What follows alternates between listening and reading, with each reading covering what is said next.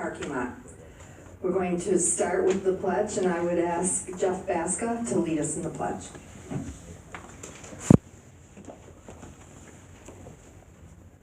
I pledge allegiance to the flag of the United States of America and to the republic for which it stands, one nation, under God, indivisible, with liberty and justice for all.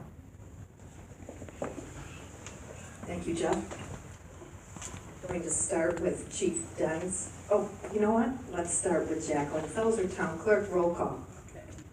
Supervisor Meakin. Present. Councilman Hart. Present. Councilman Hanley. Present. Chief Dens. Present. Code Enforcement Officer Jeffrey Baxa. Present.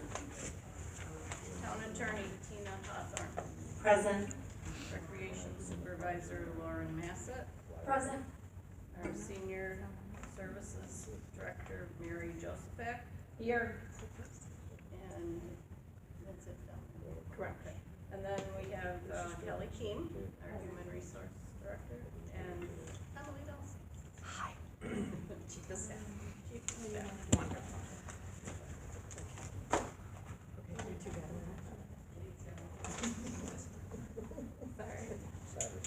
That's not good. Mary Josephak, do you have anything for us today? I just want to say that this Friday is our annual Veterans Day lunch, where we celebrate all the veterans that are in attendance and remember those that aren't. And then after that, we have our HEAP session sponsored by County Legislator Joe Lorigo on December 6th. And medical insurances will be here for the following month. And then we finish up with some holiday parties. Very good. Very busy, Mary. Yes, ma'am. Thank you. Thank you. Lauren Massett, Recreation, do you have anything for us? I just want to remind the public that Breakfast with Santa tickets will be on sale starting on November 18th and ending on November 25th, or while supplies last, whichever comes first. Tickets are $10 per person, regardless of age. We are looking to hire a part-time recreation attendant. They must be over the age of 18 to assist with our CCL youth gym programs. And the cold weather is here, so we have moved our programs inside. I want to remind the public that we do have several free fall and winter programs for youth, teens, and adults. All the information can be found on our website or social media pages. Thank you. Thank you, Lauren. And that being noted, that November the 11th, the veterans will be holding Veterans Day ceremony. Normally, we will hold it out in the Walkway of Freedom, but due to the indications that we've received that the weather is going to be quite cold and stormy, so we're going to just put you on notice that the gymnasium will be the point of the exercise. Yes, it is blocked off. Perfect, okay, great, thanks, Lauren. Tina Hawthorne, our town attorney, do you have anything for us? Yes, I would like to request an executive session to discuss both the recent Ethics Board advisory opinion as well as two current workers' comp claims.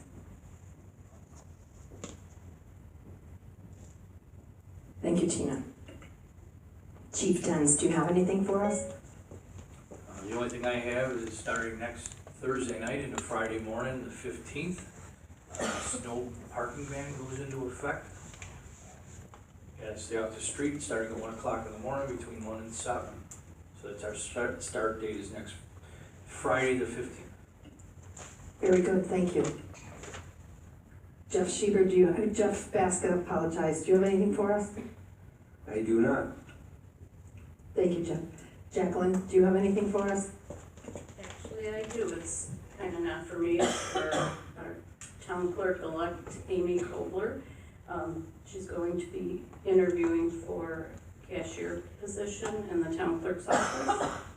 And it's going to be up on the website. We have to talk to Kelly and to get the proper wording up there. It is a civil service position, but from what I understand, there is no list. So we're advertising, and I'll announce that tonight also. Very good, there is no list. The list that currently, the test that was taken has expired. So this will be a provisional appointment. Whoever you decide upon after interviews, again, that person will have to take the exam. Thank you, Jackie.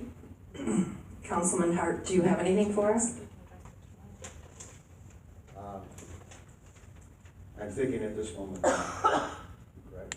No, those are tomorrow. Okay. Not tomorrow. Wait.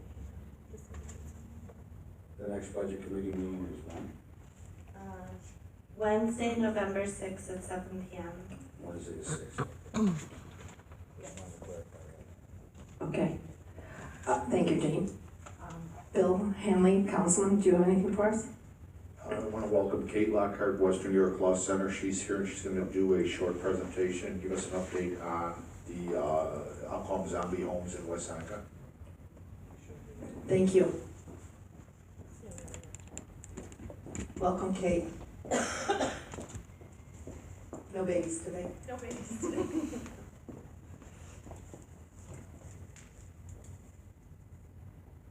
Good evening. The chief will help you there, Kate. Thank you. Don't want to break anything. You won't.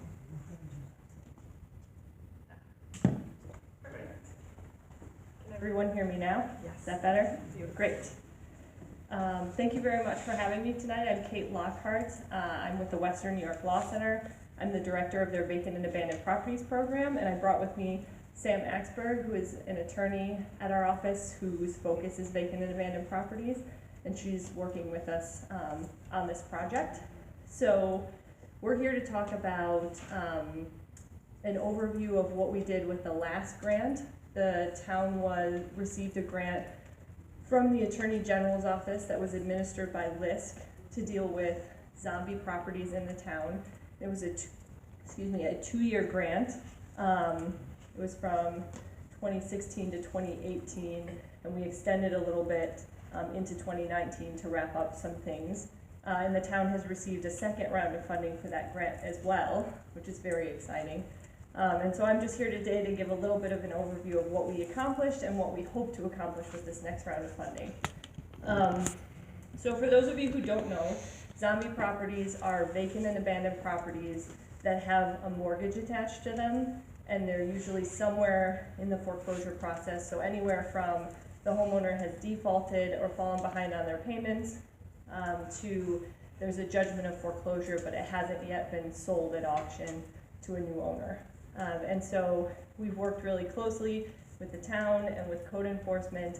And I believe when we started, there were almost 100 vacant and abandoned properties in the town. And we actually have it down to around 25 now, like 23, 25. It's an ever-evolving situation, so it fluctuates a little bit. Sometimes we get some off and some new ones pop up. But I will say what we've seen is a lot more compliance from the banks. When we reach out to them, they are now required under the law to maintain properties to a certain standard. And here in the town so far, we've gotten them to be pretty proactive. And even on some of the foreclosures where they maybe have lingered for quite a while, even though the foreclosure isn't complete, they've still maintained when we've asked them to maintain what they're required to under the law. But just to give you a little bit of an overview of what we accomplished with the last grant, there's a couple of properties that stand out. We worked with one homeowner for 2 years, and we were able to get them what's called a deed in lieu of foreclosure, where they had left the house thinking that the bank had already taken it, and that was not the case. But then we were able to work with the bank to get the deed transferred to the bank sooner, to limit the impact on the homeowner's credit, as well as get the house into the hands of the bank, who then sold it at auction, purchased it themselves, but they have already sold it to a third party who is fixing it up. And then in another situation, we were actually able to help a homeowner who left his house thinking that he had to. We were able to help him move back in. So the bank had actually discharged its lien, walked away from the house, and we worked with him to move back into the house and got him a zero-interest loan through a different program to get him current on his taxes. And so now the house is back in good order and his family's living there. The ones that I can talk about with addresses, there was a property on Bellwood, 116 Bellwood, where the bank had discharged their lien and walked away but hadn't notified the homeowner. So we were able to work with the homeowner and her son, and they were able to sell the house. It's a 2-unit, humongous house. that was really not very pretty to look at, and now it's being rehabbed. I think it might already have tenants in there, and it's a huge difference from what it was before. And then the big case that we had was 1137 East and West Road. That was sort of a thorn in my side for years. And I keep joking that I'm so glad that we're wrapping that one up, because I wasn't sure we were ever going to come to a resolution on it. But it's a situation again where the bank discharged their lien and walked away from it. But not until we had contacted them and let them know what they were responsible under the law. So in addition to them walking away, we were able to find the former homeowner. They were able to sell the house, and it was purchased and rehabbed, and now someone's living in it. In addition to that, we also filed a lawsuit on behalf of the town, and are working now to finalize that and hopefully come out with a good result. I can't speak on any of the terms of anything because it's ongoing. But it's a good situation, a house that, if left a little bit longer, could have possibly been a demolition at the cost of the taxpayers, and we avoided that, which I think ultimately is what we're looking for. So we preserved a beautiful property here in West Seneca that way. In addition to those houses and the many other ones that we dealt with, we held outreach events. Mostly we attended events that already exist to promote foreclosure prevention, because it's hard to get people to show up to events specifically for foreclosure prevention, because no one wants to be the person saying, hey, I'm in trouble. So instead we tried to be where people might be to give them information. We sent out 181 outreach letters to people who had new foreclosures against their houses. So in the 2 years that we had this last grant, there were 181 new families in West Seneca that were facing foreclosure and had a legal action filed against them.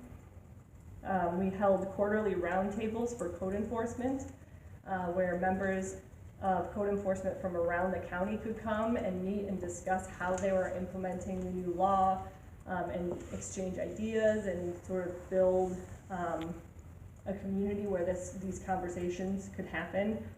Because the law that requires banks to maintain properties is fairly new. It went into effect in 2016. So a lot of municipalities are figuring out what it means and working to try to do that. And code enforcement, as we know, especially outside of West Seneca, you guys have quite a bit of resources in your code enforcement department, but a lot of other municipalities don't have the same resources. So to have the ability to talk at a roundtable, I think, was helpful across the board.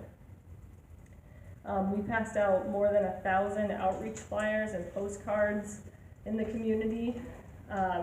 We also drafted the town's point of sale ordinance that requires, if a property is sold that's been vacant for more than 6 months, that code enforcement has to be able to get inside that property and see what the conditions are.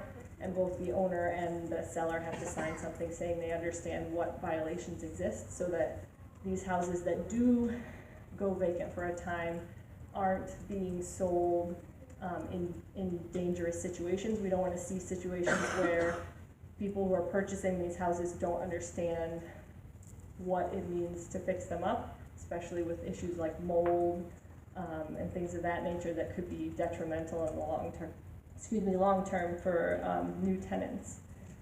And we're also working still, and hopefully we'll get it passed, with the county to expedite the tax foreclosure process on properties that are vacant and abandoned. So only ones that are certified as vacant and abandoned, so they don't have to sit tax delinquent at least 2 years before they could be foreclosed on. We're hoping to happen after only 1 year of delinquent taxes when they're vacant and abandoned. And then we're also working on some other possible ordinances, and just looking at each case. When we work on a case, it involves us contacting the attorneys, the courts involved, the servicers, the property maintenance companies, and sort of doing the legwork for the town to make sure that banks are being held responsible for maintenance here in West Seneca. And we really appreciate what a great partner the town has been. And I think that, our number, 100 properties going down to 25 in such a short amount of time, is a testament to the work that you guys have put, and the trust that you've put in us to be able to work on this for you, so we really appreciate that. Kate, just from my years of working with you and working with this unfortunate situation that happens to so many good families, I just want to thank you. It's been a great working relationship, and I look forward to all great things to read about what you're going to do and your partnership going forward with Mr. Hanley and the future board. Hopefully we'll get even additional results. So I speak for the board, I'm sure, but I want to thank you for your efforts because it hasn't been easy. But East and West is behind us, so we must move on. Exactly. Thank you very much. Thank you. Bill? Kate, thank you. What can, and I hope the press picks up on this, is what can we take away from this issue about, when we have these foreclosures and notices, many times the families leave immediately. Wouldn't the better way to go be to contact you immediately or early if possible? Yeah, absolutely. So, I don't think the public really knows Sure. that would work that way. Sure. So the Western New York Law Center also does foreclosure prevention. It's the main thing we do in our office is we work with homeowners to try to resolve their delinquency in some way, to negotiate with their lender so they can stay in their home. And our services are completely free. You never have to pay us anything. And our attorneys are excellent at what they do. We save hundreds of homes every year from mortgage foreclosure and tax foreclosure.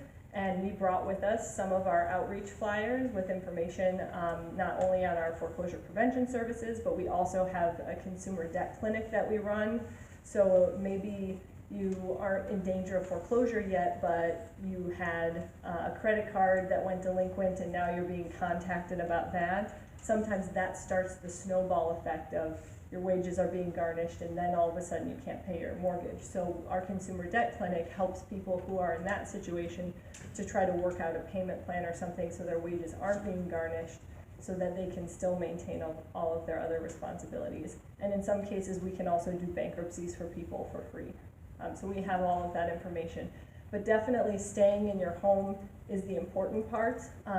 And it's until you understand legally where things stand. Foreclosure can take a little while in New York State because there are protections to help people negotiate with their lenders. There's a settlement conference process that's required for the bank to show up and try to work something out with you, and we're at all those settlement conferences to help people. So you're absolutely right, Councilman Hanley, that the most important thing is that people know that they can stay in their home and that there are free resources available to them. Well, anyway, I'm Councilman Hart, but. Oh, sorry.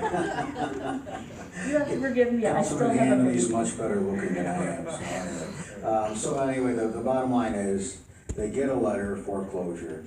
What I've seen, like, for example, I had one just 2 doors down from me in a very nice neighborhood. They got the letter and they left. They just abandoned the home and it just was derelict after a couple of years. So the thing is, you get the letter, what people really should do is if they've gotten that far along, they should go right to you. And they don't have to leave the minute they get the letter. They have time. Absolutely. That's my point. Yes, and even if it's a situation where you know you can't stay in the home, the settlement conference were actually expanded with the new zombie foreclosure law to include non-retention options. So like a short sale or a deed in lieu of foreclosure, if you know you can't stay in the home, there's also ways we can negotiate sort of the transfer of the property to the lender that won't be as harsh on your credit and also give you a softer transition out of the house. So you're not just waiting until the bank says you have to leave. And when the bank tells you to leave, that's usually quite a ways after they've actually received notification of the foreclosure. Yeah, it's on average, I think foreclosures take about 2 to 3 years in New York State. So we could have a home that doesn't become zombie just by having a family still living there. It's amazing how when people leave, those buildings just deteriorate like overnight. Absolutely, yeah. Buffalo winters are not kind to vacant properties. Kate, I want to thank you, I want to thank Sam and the Western New York Law Center for helping our residents keep some of them in their homes and everything you've done. Question, when the banks send out the letter to the homeowners that they have to vacate, do they send in any information regarding the Western New York Law Center, or there is help for you along the way, or do they just send a letter and tell them they have to vacate? So I almost feel obligated to call you Councilman Hart, just to even things out. So yeah, technically, when a homeowner receives one of the first notices, it's called the 90-day notice. And it's a letter from the bank that says you have this amount of time to pay us this amount of money, or we're gonna begin a foreclosure. That technically has a list of HUD certified housing counseling agencies attached to it. However, what most banks do is they copy this list that has the name of everyone in the state. So it's a long list and it's not specific to Western New York. But a good way to get a hold of a housing counseling agency or a legal services agency in this area specific is our funding comes through the state and through the Attorney General's office, and the Attorney General runs a hotline. It's called the HOPP hotline, Homeowner Protection Program. And you can contact them anywhere in the state and let them know what your zip code is, and they'll tell you what free legal services exist. Would it be helpful if our code enforcement office, when you come to the town with a list of new zombie homes, if they were to send a letter referencing the Western New York Law Center? So we already send out letters to everybody that receives a lis pendens on behalf of the town. But one of the things that I've been talking to Doug and code enforcement about is having a packet of resources that could be given to people who maybe come for housing court, even unrelated to foreclosures, and because there are people who might not yet have a legal foreclosure, but if they can't afford a new roof, chances are there are other bills they're falling behind, so they might be behind on their mortgage. So we're trying to find ways to reach people, not just sending letters, because one of the issues we have sending letters is that once a lis pendens is filed, it's public record, and so these homeowners are receiving letters and contacts from every scam you could imagine, every bankruptcy attorney you could imagine, even legitimate sources. And so it gets a little bit overwhelming. So if we have something that can be handed to them more personally from someone from the town or other interactions that they have, I think they'll be more likely to respond. That's what I was wondering, if we could get something out there in that 90-day period where it's time to catch up, or you'll be getting the eviction notice. I was thinking maybe getting a letter out during that 90-day period. We don't have access to the 90-day notices, but we can work with a HUD certified housing counseling agency that has that list. The Department of Financial Services tracks that list, and they only make access available to HUD certified housing counseling agencies. But there are those in the area that we can work with to get those letters out earlier. Okay, I'll work with code enforcement, see if we can get letters out earlier to help our residents. Thank you. Thank you again. Does anyone else have any questions? Jeff Baskett, anything? No. Jeff's code enforcement too. Okay, well, I want to thank you and Sam. I have my distance glasses on today, so thank you both for coming here, and I hope you have a beautiful day and keep in touch. Great. Like I said, Bill is your point man for the next board. Yep. So I want to thank you, Kate. Thank you. All the best. It's been wonderful working with you. Thank you. It was very kind. Yes. Thank you so much. Okay, what I'll do then is I'll ask that we go into an executive session regarding an ethics opinion along with a workers' comp claim. Second. Anything on the question? All in favor? Aye. Motion carried. Thank you, everyone. We have a meeting this evening with 2 public hearings, held over budget public hearing, and 11 communications. So we'll see you at 7 o'clock.